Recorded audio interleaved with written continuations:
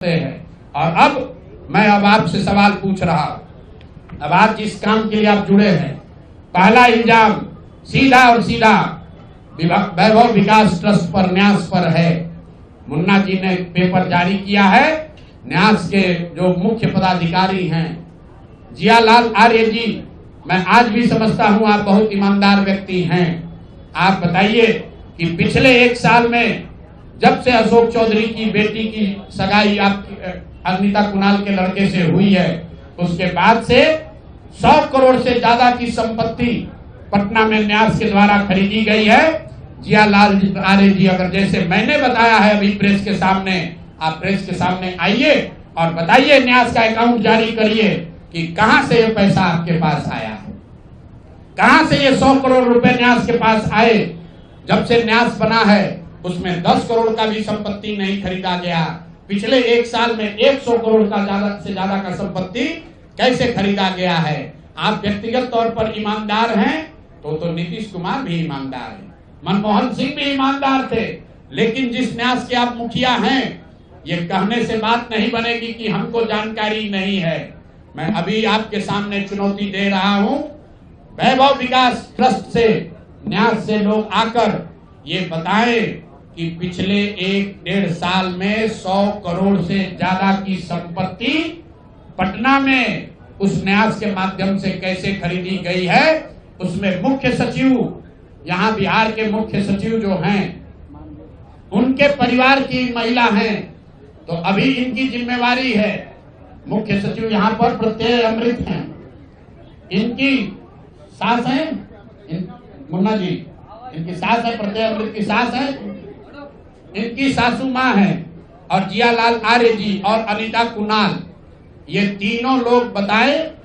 इन्होंने कहा किशोर कुणाल जी का नाम बहुत बड़ा है, तो किशोर कुणाल जी के नाम पर ही कम से कम उनके नाम को दागदार मत कीजिए। समाज ने उनके नाम की बड़ी प्रतिष्ठा है। तो आप प्रेस को बुलाइए और क्लियर कीजिए कि आपके न्यास से, मैं 3 लोगों का नाम ले रहा हूं। जियालाल आर्य जो बहुत सम्मानित व्यक्ति हैं, ईमानदार व्यक्ति हैं, उनकी ऐसी छवि है। दूसरा अनीता कुणाल जी जो किशोर कुणाल जी की पत्नी है, और तीसरा यहाँ के मुख्य सचिव की सासू माँ। ये तीनों लोग बताएं कि न्यास में 100 करोड़ से ज्यादा की संपत्ति खरीदने का पैसा कहां से आया है। दूसरी बात, अशोक चौधरी के नाम पर जो संपत्ति की बात कही गई है, हम लोग उस बात पर कायम हैं। 200 करोड़ की संपत्ति इन्होंने अर्जित की है। इन्होंने कैमरे पर आप लोगों को कहा कि 1 कट्ठा भी जमीन हो जाएगा तो मैं जनसुराज की गुलामी करूंगा। मेरे भाई, मुन्ना जी ने अभी पूरा डॉक्यूमेंट जारी किया है। अगर या तो उसको आप रिबटल कीजिए कि ये आपका जमीन नहीं है, और अगर जमीन है तो जनसुराज की गुलामी मत कीजिए, बिहार के लोगों की गुलामी के लिए तैयार होइए, इस्तीफा दीजिए। नहीं इस्तीफा दीजिएगा तो आपका घेराव होगा, आपका राजनीति आपका नहीं करने देंगे।